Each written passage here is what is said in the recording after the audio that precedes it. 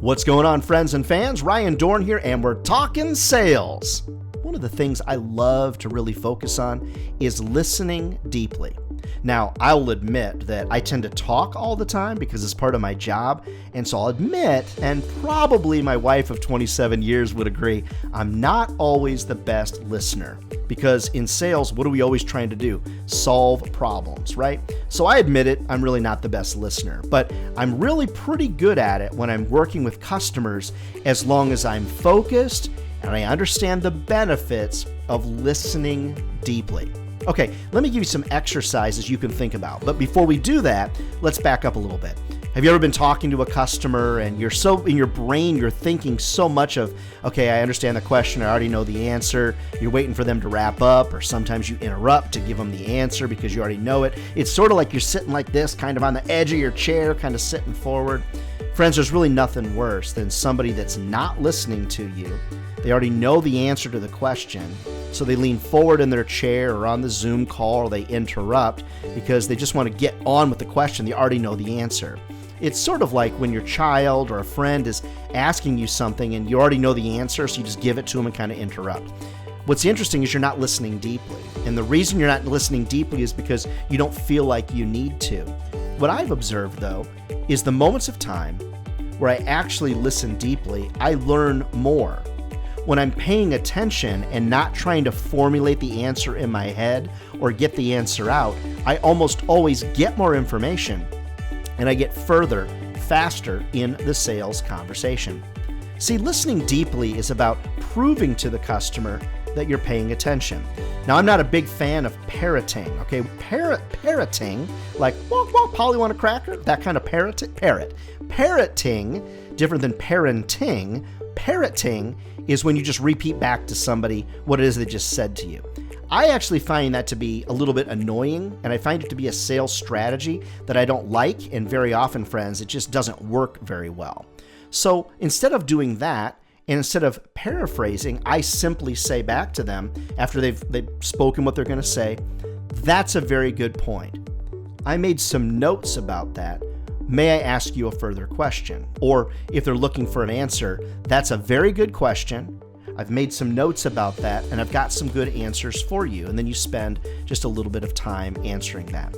Friends, I think it's important for us as salespeople, because we have so much in our heads, that we may need to pay attention and we need to listen deeply to truly understand. And also we need to listen deeply to be, quite honestly, respectful to the person that we're dealing with. Do you have a friend or a family member that constantly interrupts all the time? Well, I'm one of those people, and I didn't realize until my beautiful sister-in-law pointed it out to me. She's like, you realize you interrupt your brother all the time? I turned to my brother and I said, I do? I interrupt you all the time? He said, yeah, all the time. Why? Because I wasn't listening deeply. I was just listening superficially. My mind was wandering. I wanted to move on to the next thing. So here's some exercises to think about. First and foremost, you might want a little Post-it note next to your computer. I've got several that are here next to my computer. One of them says, speak slowly. The other is listen deeply, and I've got them stuck right here to the side of my computer. So I like to remind myself of that. The next thing is I try not to book meetings back to back. It doesn't give me enough time to focus and prepare. So I try to put at least 15, 20, 30 minutes between my sales calls so that I can really look on LinkedIn, see the person that I'm talking to, learn a little bit about them, and be prepared to talk about the things that might be on LinkedIn, I might have seen on their website, or whatever the circumstance is. So the first might be some reminders, slow down, focus. The second piece, give yourself time to really research. And the third is practice. Now, most salespeople, you're like, oh, practice. Are you talking about role playing? I'm not talking about role playing. I'm talking about practicing listening. What's interesting is in the sales business, most of us spend so much time talking that at the end of the day, if the room is silent, our ears ring. It's why so many of us, me included, sleep with a fan on at night, because when we lay in bed in the quiet, our ears ring.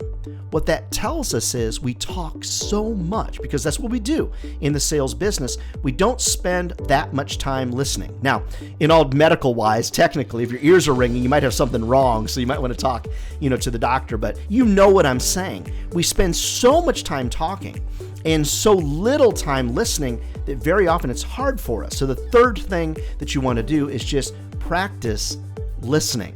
When you think about it, friends, when you practice listening and you listen deeply, it's going to get you further faster in life, in love, and almost everything else that you do. So the lesson today is listen deeply. Spend time listening. Focus on listening. And when you do, what you'll find is you're almost always going to be more successful in the sales business. Friends, never forget, if sales was easy, everybody would be doing it. And they're not. We're not crazy. I mean, I guess we're a little crazy. Sales is a great career. It'll feed your family for a lifetime. Hey, I travel all over the country and around the world speaking at sales conferences and national sales meetings. Love to do that for your group as well. Reach out to me over at ryandohrn.com. All right, friends, we'll see you next week.